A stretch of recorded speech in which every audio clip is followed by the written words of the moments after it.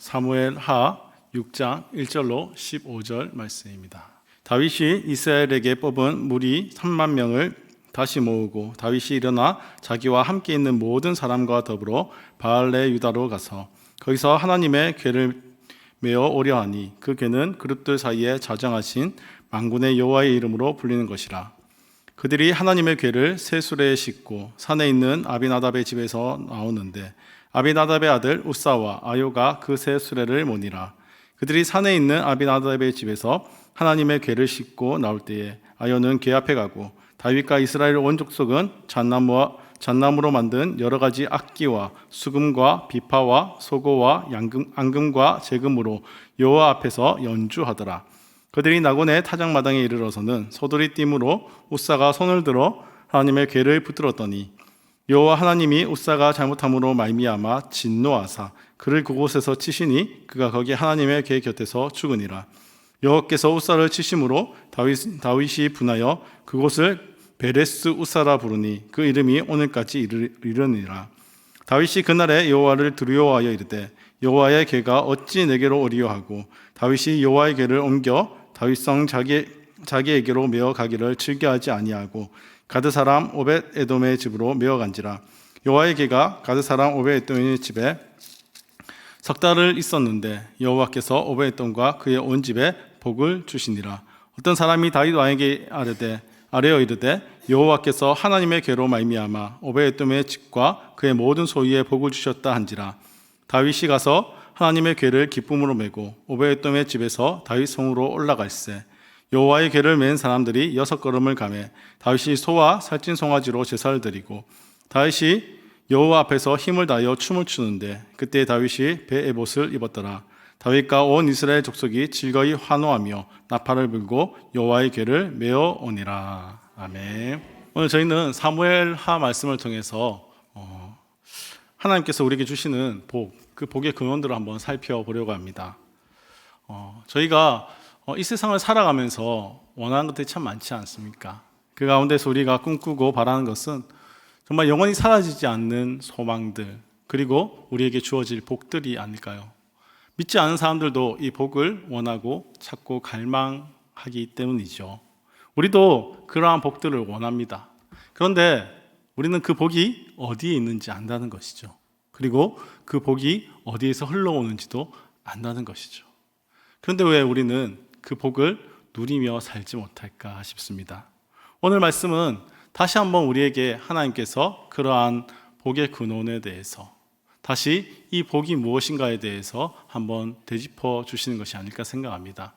오늘의 말씀이 그저 말씀으로 흘러가는 것이 아니라 그 말씀을 우리가 붙들기 원하고 그 말씀과 씨름하며 살았으면 좋겠습니다. 그래서 정말 하나님께서 말씀하시는 그 복, 하나님께서 주시려고 하는 그 복을 우리가 누리며 살아갈 수 있기를 간절히 소원합니다. 오늘 말씀에는 성군 다윗이 등장하고 있죠. 성경에서 우리는 다윗을 볼 때에 이 다윗을 평가하기를 하나님께서 이 다윗을 마음에 합한 자라 평가하는 것들을 많이 보게 됩니다. 얼마나 하나님 보시기에 선한 왕이었으면 하나님께서 그러한 말씀을 주실까요? 다윗은 성경 곳곳에서 하나님을 기쁘시게 하는 일들을 많이 함을 보게 됩니다. 그가 하는 노래들, 그가 하는 행동들, 그 하나하나가 하나님 뜻에 합하고 하나님 보시기에 기뻐했던 행동이었기 때문이겠죠. 그러한 그의 행동 가운데 또 하나님께서 기뻐하신 행동 한 가지가 오늘 장면에 등장하는 것이죠. 바로 여호와의 궤를 메어 오려고 하는 그의 모습입니다. 오늘 이 말씀을 통해서 여호와의 복을 한번 함께 살펴보려 합니다. 다윗은 자신이 이스라엘의 왕으로 세워진 것이 무엇 때문인지 잘 아는 사람이었습니다. 사무엘하 말씀을 보면 하나님께서 그를 왕으로 세우신 까닭이 바로 이스라엘 백성 때문이라고 하는 것을 보게 되는데요. 하나님의 백성을 올바르게 하나님의 뜻대로 인도하며 다스리게 하기 위해서 이 다윗을 왕으로 세웠다는 것이죠. 다윗은 그것을 알았습니다. 자신의 능력이 뛰어나서 자신이 잘나서 왕이 된 것이 아니라 하나님이 자신을 세우셨다. 자신의 백성을 위해서 하나님이 왕으로 세우셨다. 이것을 알았다는 것이죠. 그래서 그는 자신이 왕으로 등극하자 그 마음에 큰 소원을 두게 됩니다. 이 하나님을 너무나 사랑하고 하나님을 좋아했기 때문이죠. 그 큰 소원 두 가지가 있는데요. 하나는 하나님의 이 언약궤가 다시 예루살렘, 자신이 머물고 있는 이곳으로 돌아오게 하는 것입니다. 그리고 또 다른 한 가지는 이 하나님의 언약궤가 머물 수 있는 그러한 성전을 짓는 것, 그것이 자신의 가장 큰 소원이 되었던 것입니다. 먼저 그는 이 소원 중에 한 가지를 이루기를 원했습니다. 그래서 법궤를, 이 하나님의 언약궤를 다윗성으로 옮겨오려 하였습니다.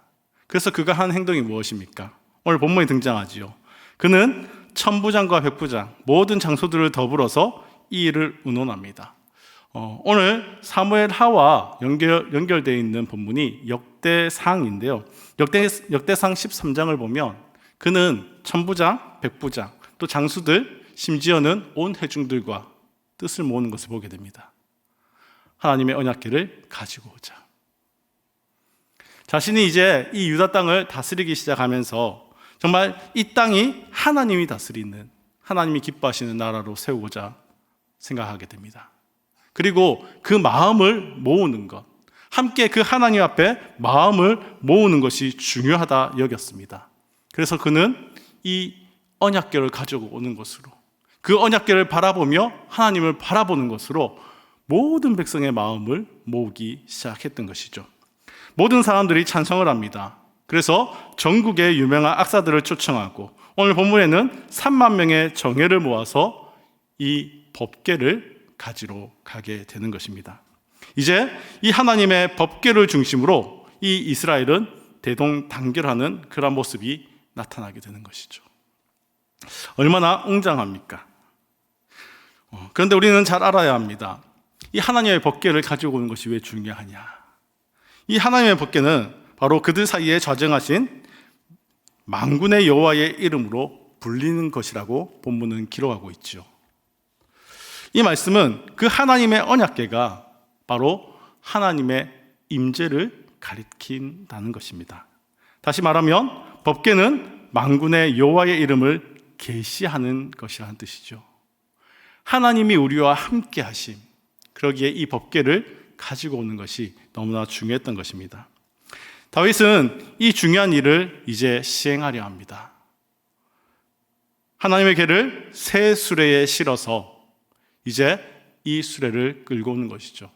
그리고 이 수레 앞에는 수많은 악사들이 노래를 부르고 다윗은 기뻐하며 아마 모두가 이 법궤를 가지고 오는 그곳에서 하나님을 찬양하고 노래하고 악기를 연주하고 춤을 추며 기뻐했을 것입니다. 마치 이 나라가 새롭게 시작하는 것처럼, 큰 잔치가 벌어진 것처럼 그렇게 모두가 기뻐했을 것입니다. 모두가 아주 즐거워했을 것입니다. 한 마음이 되어서 이제 하나님께서 돌아오신다, 이제 하나님의 그 임재가 이곳으로 들어오신다 하며 기뻐했을 것입니다. 그렇게 기럇 여아림에서 이 법궤를 가지고 오게 되는 순간입니다. 실로 역사적인 순간입니다. 감격적이죠. 이것은 적어도 70년 세월이 지난 동안 흩어졌던 그 이스라엘의 마음이 하나님을 향하는 순간이기 때문일 것입니다. 이 법궤가 예루살렘을 떠난 지 얼마나 되었을까요? 블레셋에게 이 법궤를 빼앗기게 되죠. 그러나 그 빼앗겼던 법궤는 어떻게 돌아오게 됩니까? 하나님의 주권적인 행사로 말미암아 이 법궤는 이 이스라엘이, 이 유다의 어떠한 노력도 아닌 하나님의 주권적으로 다시 이 벳세메스로 돌아오게 됩니다. 말 못하는 두 암수의 수레에 실려서 이 이스라엘 벳세메스로 돌아오는 일이 있었죠. 그 후에 하나님의 법궤는 기럇 여아림 지방 아비나답의 집에서 옮겨져서 20년을 보내게 됩니다. 사울 왕의 통치가 한 40년, 또 다윗의 통치 시작된 지 10년을 합쳐보면 70년이라는 시간을 예루살렘에서 떠나 있었던 것이죠. 이 시간들을 보면 정말 이 법궤가 얼마나 방치되어 있는지 볼 수 있게 됩니다. 그것은 또 무엇을 말하는 것일까요? 하나님의 말씀대로 사울이 하나님을 찾지도 않았고 하나님께 묻지도 않았다는 것을 알려주는 그런 모습이 되는 것입니다. 반면 하나님의 사람 다윗은 신앙적인 사람이었습니다. 그는 하나님을 찾는 길만이 자신과 나라와 백성이 사는 길이라 여겼던 것이죠. 그래서 마침내 그의 신앙대로 하나님의 법궤를 모시려고 했던 것입니다.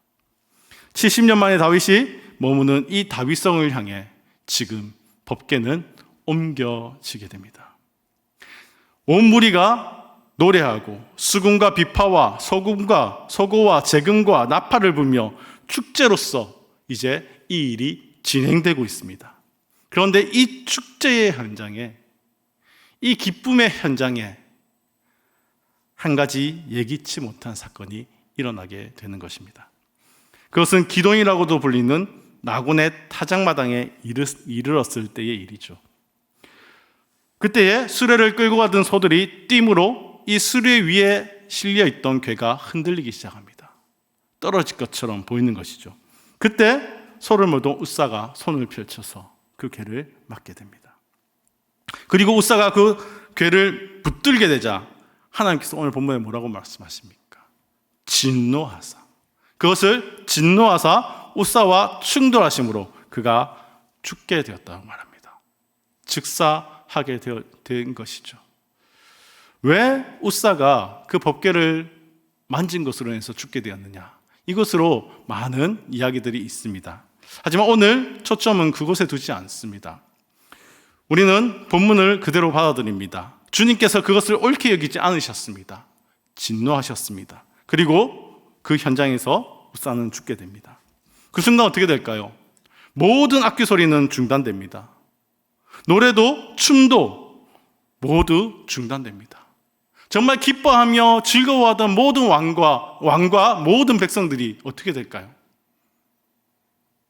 모두 다 조용해지고 마는 것이죠. 다윗은 나중에야 그 이유를 알게 됩니다. 그것은 하나님의 법궤를 하나님의 율례대로, 하나님이 명하신 대로 운반하지 않았기 때문이라는 것을 말이죠. 모세를 통하여 주신 하나님의 법궤는 온전히 레위 지파 사람, 그 중에서도 고앗 자손들에 의해서 어깨로 메고 운반되어야만 했습니다. 그것이 되지 않았던 것이죠.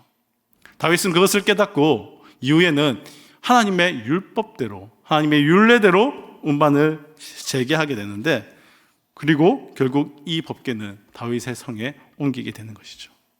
그러나 지금은 아닙니다.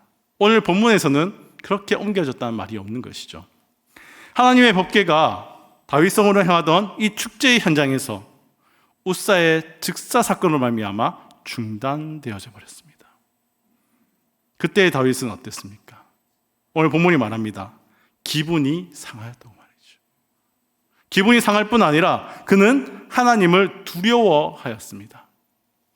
하나님의 궤는 그래서 결국 그 근처에 있는 가드 사람 오벳 에돔의 집으로 옮겨지게 됩니다. 석 달 동안 이 집에 머물게 되는데, 그런데 놀라운 것은 이 법궤가 머무는 그 석 달 동안 오벳 에돔의 집에 복이 임하였다는 것입니다. 사무엘 오늘 본문 11절이죠. 후반부 말씀입니다. 여호와께서 오벳 에돔과 그의 온 집에 복을 주시니라. 역대하 13장 14절에는 이렇게 말합니다. 하나님의 궤가 오벳 에돔의 집에서 그의 가족과 함께 석 달을 있으니라. 여호와께서 오벳 에돔의 집과 그의 모든 소유에 복을 내리셨더라. 이렇게 성경은 우리에게 증거하고 있죠. 웃사는 경고망동에서 하나님의 법궤를 붙들다가 그 자리에서 즉사를 하고 말았습니다. 성경은 하나님께서 진노하사 웃사를 치셔서 죽이셨다고 말합니다. 반면에 오벳 에돔의 집에 법궤가 머물렀을 때, 그때는 어땠을까요? 그가 복을 받게 함을 통해서 정말 하나님이 살아계심을 나타나게 합니다. 하나님의 저주로 인해서 웃사가 죽고 하나님의 축복으로 인해서 오벳 에돔의 집이 복을 받게 됩니다. 무엇을 우리에게 보여주고 있습니까? 저주와 축복의 주권이 누구에게 있는가? 이 저주와 축복은 오직 여호와 하나님께 있음을 우리에게 보여주고 있습니다. 사무엘 6장 12절에 어떤 사람이 다윗에게 아뢰어 이르되 여호와께서 하나님에게로 말미암아 오베데돔의 집과 그의 모든 소유에 복을 주셨다 한지라. 다윗이 가서 하나님의 궤를 기쁨으로 메고 오베데돔의 집에서 다윗 성으로 올라갈세. 하나님께서 오베데돔의 집에 복을 주신 것을 다윗이 듣게 되었다는 것이죠. 오베데돔의 집에서 하나님이 복을 주신 것은 더 이상 비밀이 될 수가 없었습니다. 모두에게 알려지는 그러한 일이 되는 것이죠. 영적 지혜가 있던 다윗은 이 소리를 듣고 가만히 있었을까요? 다윗은요, 하나님의 법궤가, 하나님의 언약궤가 이 오벳에돔의 집에 있었기에 복이 임한 것을 알았습니다. 그리고 그 복이 단순히 이 오벳에돔의 집의 복이 아니라 하나님의 집, 하나님의 백성에게 그 복이 임하기를 원했습니다. 그리고 그는 그 마음을 담아서 다시 이 언약궤를 가지고 오려는 마음이 있었다는 것이죠. 두려워했었던 다윗이, 마음이 상했던 다윗이 이제는 다시 하나님을 바라보며 그 언약궤를 가지고 오려고 합니다. 하나님의 법궤가 머물렀던 이 오벳에돔의 집이 이 오벳에돔의 자신과 그 가정과 소유들이 복을 받았다. 이 사실은 바로 다윗에게 큰 영적 충격을 준 것입니다. 그는 오벳에돔의 개인과 가정이 받은 그 복을 자신의 나라의 복으로 승화시키고 싶었던 것이죠. 그 결과로 다윗 왕가가 어떻게 되었습니까? 축복을 받았습니다. 그같이 세하는 그 통치 모든 때에 태평성대의 축복을 받았던 것입니다. 우리는 하나님께서 모세를 통해서 주신 이 구약의 법궤를 잘 알고 있습니다. 이 법궤는 무엇을 나타내는 것일까요? 이 법궤에는 무엇이 들어 있었던 것일까요? 이 법궤는 애굽에서 구출해낸 이 이스라엘을 가나안 땅으로 인도하는 모든 과정에서 중요한 역할을 했던 그러한 것입니다. 하나님의 뜻을 알게 하고 하나님이 임재를 알게 하는 계시의 도구로 사용되었던 것이죠.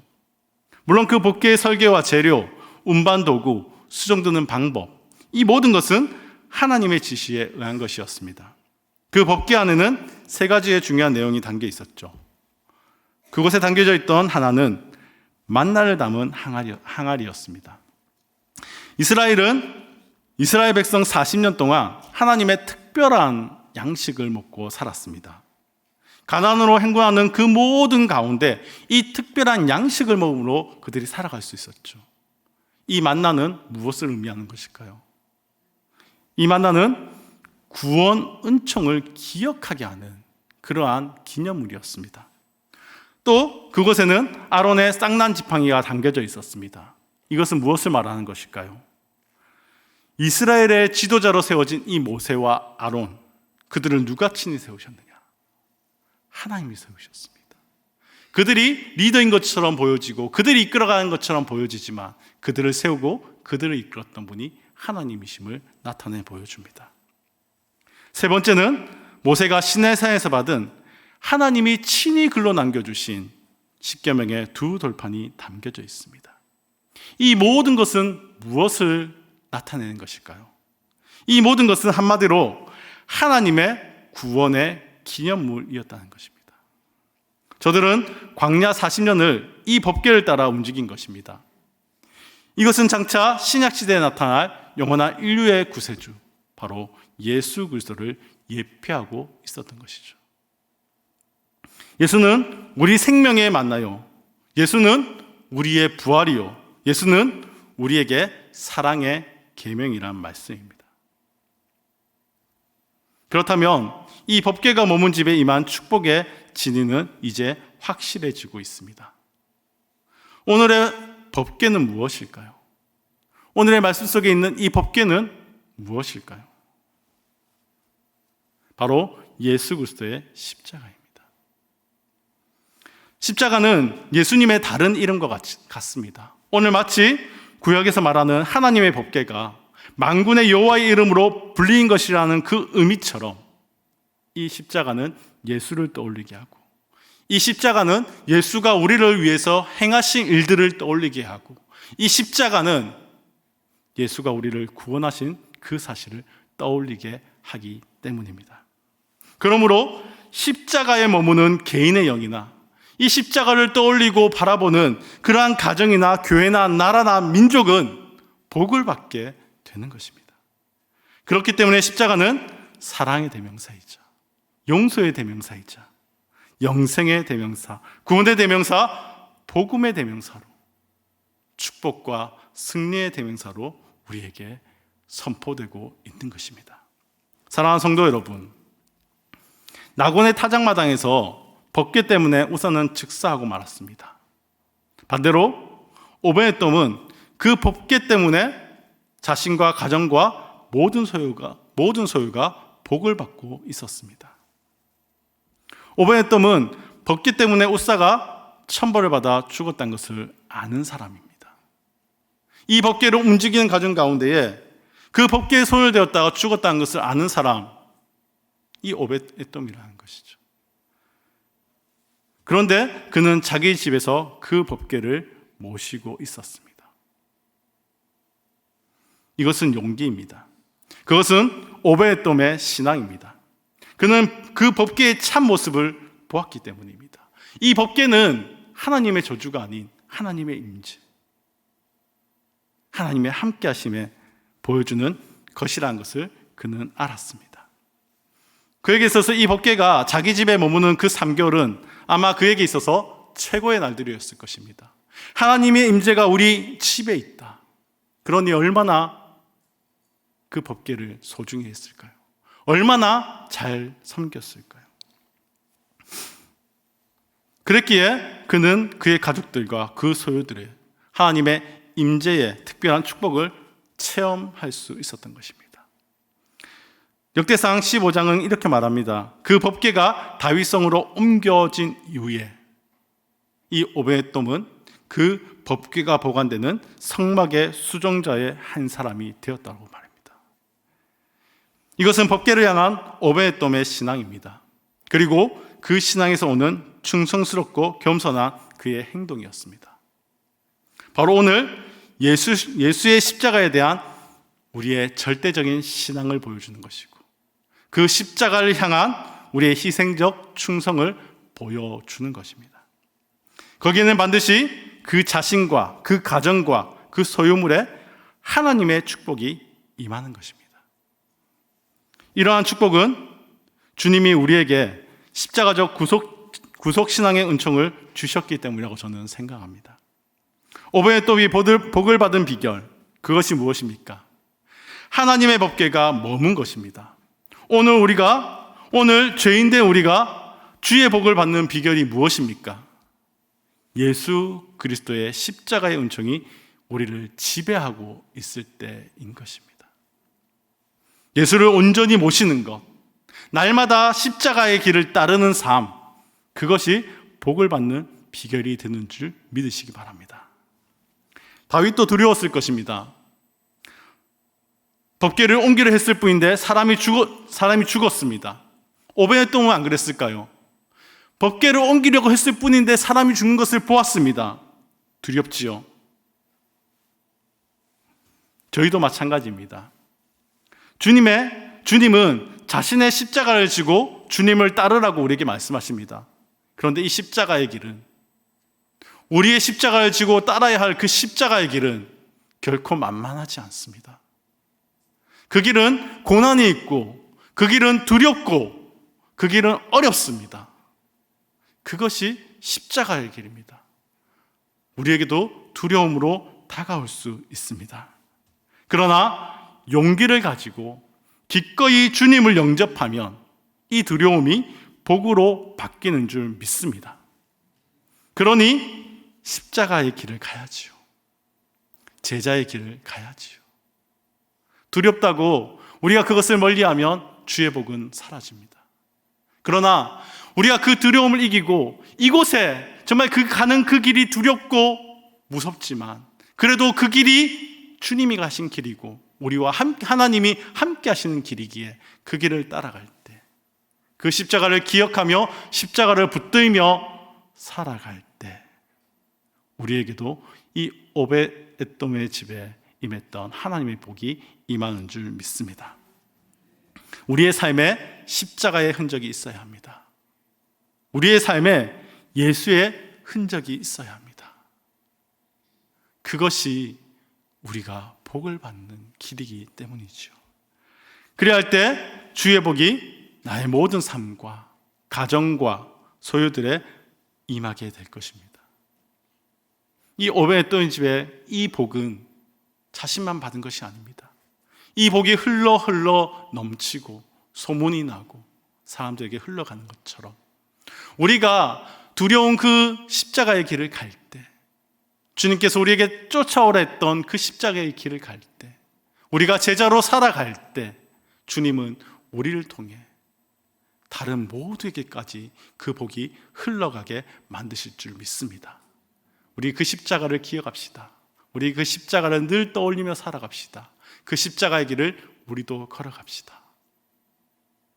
우리의 삶이 그러한 삶이 되어서 정말 주님께서 약속하신 복의 근원, 그 복의 근원에 대한 삶을 살아가기를 주님의 이름으로 축복합니다.